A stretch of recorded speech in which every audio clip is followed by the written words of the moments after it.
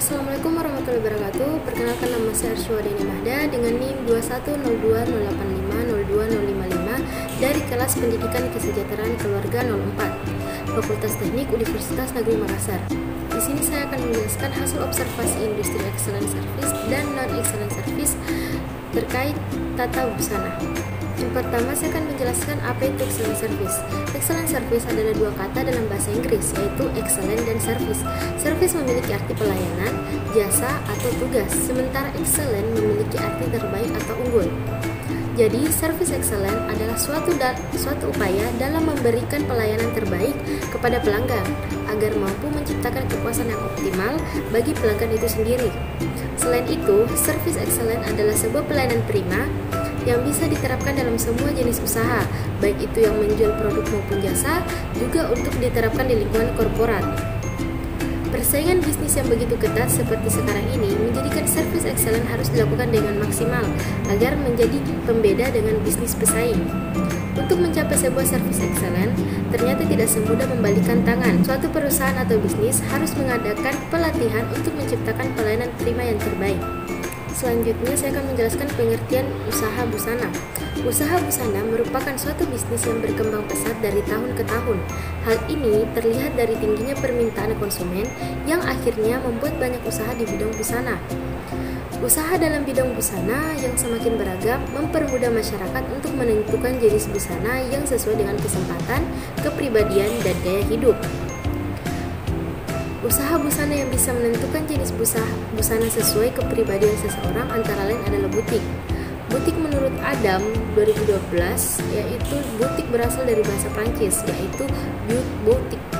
Dalam bahasa aslinya, butik berarti toko-toko kecil untuk mencari popularitas. Baik, toko pertama yaitu Sifat Tekstil dan Fatani Tailor 2 yang termasuk dalam excellent service. Berdiri sejak tahun 2003, alamat Jalan Kanjuhan nomor 17, Pasar Sentral Majene, Sulawesi Barat. Jam kerja mulai dari jam 9 pagi sampai jam 5 sore. Jumlah pegawainya ada 7 orang.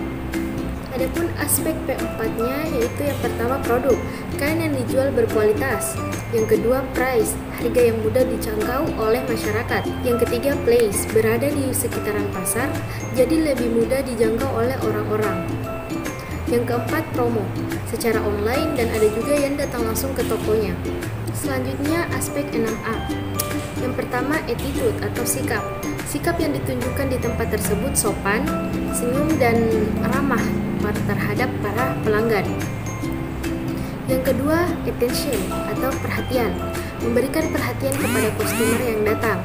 Misalnya menanyakan apa yang ingin dibelinya atau bagaimana desain yang ingin kita jahit. Yang ketiga, action atau tindakan. Menyapa setiap pelanggan yang berkunjung atau menanyakan atau memberitahu apa saja produk baru yang ada di toko. Yang keempat, ability atau kemampuan. Mampu menjelaskan detail barang yang dijual dan dapat mempromosikan secara baik kepada pelanggan apa yang ada pada toko tersebut. Yang kelima yaitu appearance atau penampilan. Karyawan yang berada di toko tersebut berpakaian bebas rapi dan sopan. Dan yang keenam, accountability atau tanggung jawab. Karyawan di sana bertanggung jawab dalam menyelesaikan jahitan yang ada sebelum waktu yang ditentukan, sebelum waktu pelanggannya datang untuk mengambil jahitan tersebut. Selanjutnya aspek pelayanan. Yang pertama, hygiene dan kerapian. Kebersihan dan kerapian dalam pelayanan sangat baik. Yang kedua, alur pelayanan. Alur pelayanannya dimulai dari menanyakan kain apa yang ingin dibeli, bahan yang digunakan. Kalau untuk yang ingin menjahit pun ditanyakan untuk ukurannya dan gimana model yang ingin digunakan.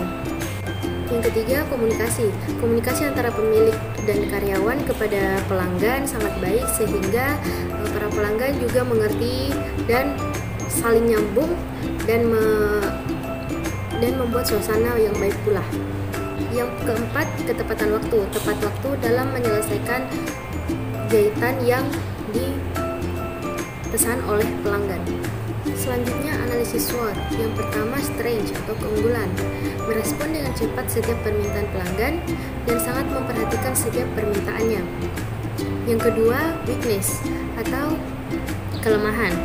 kemampuan staf yang berbeda dan belum bisa merangkul semuanya, kurangnya lahan parkiran di sekitaran toko. Yang ketiga, opportunities atau peluang. Sektor yang ditekuni sedang mengalami kenaikan dengan terbukanya berbagai cabang dua toko berikutnya. Dan terakhir, threats atau ancaman. Perubahan strategi mengakibatkan posisi terancam di bidangnya. Perkembangan teknologi di luar kemampuan sehingga terhambat dalam pengaplikasiannya. Adapun dokumentasi atau foto-foto yang bisa saya ambil daripada toko Sifat Tekstil dan Fatani Tailor 2 yaitu sebagai berikut.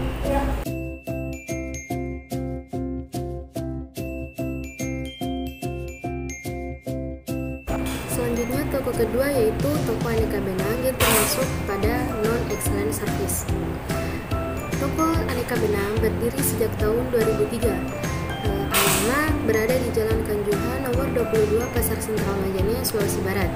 Jam kerja mulai dari jam 8.30 pagi sampai dengan jam 17.30 sore.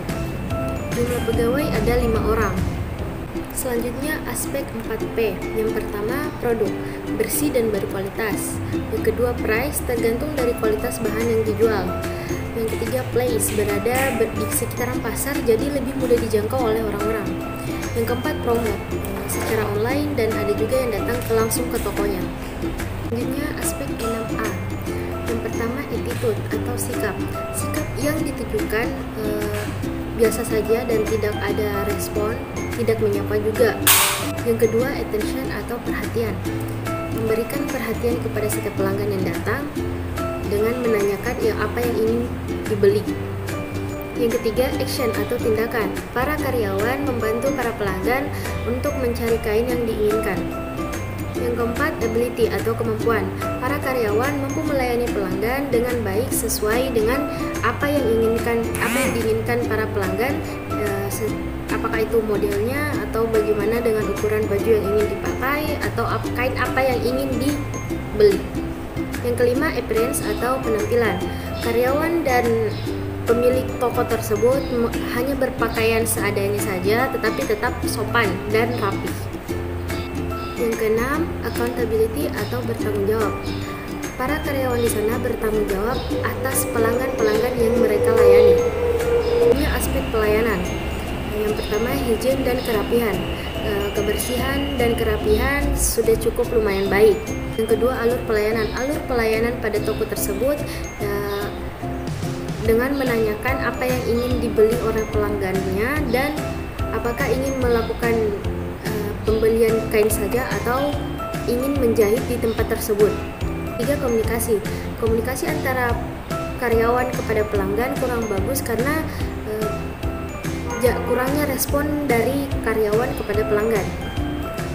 Yang keempat, ketepatan waktu. Ketepatan waktu akan menyelesaikan jahitan yang sudah dipesan oleh para pelanggan. Selanjutnya, analisis SWOT. Yang pertama, strength atau keunggulan, lokasinya yang cukup strategis. Yang kedua, weakness atau kelemahan, respon staf yang kurang memuaskan, kurangnya bahan kain dan kurangnya lahan parkiran di sekitaran toko. Yang ketiga, opportunities atau peluang. Sektor yang ditekuni sedang mengalami kenaikan dengan terbukanya berbagai cabang 3 toko berikutnya. Yang keempat, threats atau ancaman. Banyaknya toko yang menjual bahan yang sama dengan toko Aneka Benang sehingga adanya persaingan antara toko yang satu dan toko Aneka Benang ini. Dan perkembangan teknologi di luar kemampuan sehingga terhambat dalam pengaplikasiannya. Adapun dokumentasi yang bisa saya ambil dari toko Aneka Benang yaitu sebagai berikut.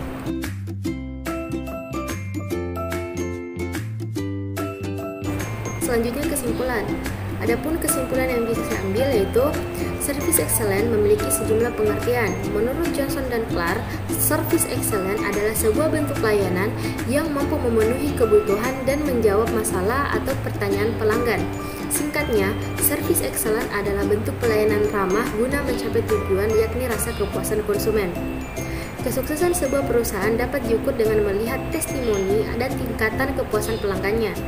Pelanggan yang puas saat berbelanja di suatu toko pun cenderung akan menjadi pelanggan tetap dan memberikan rekomendasi ke orang lain untuk belanja di toko yang sama.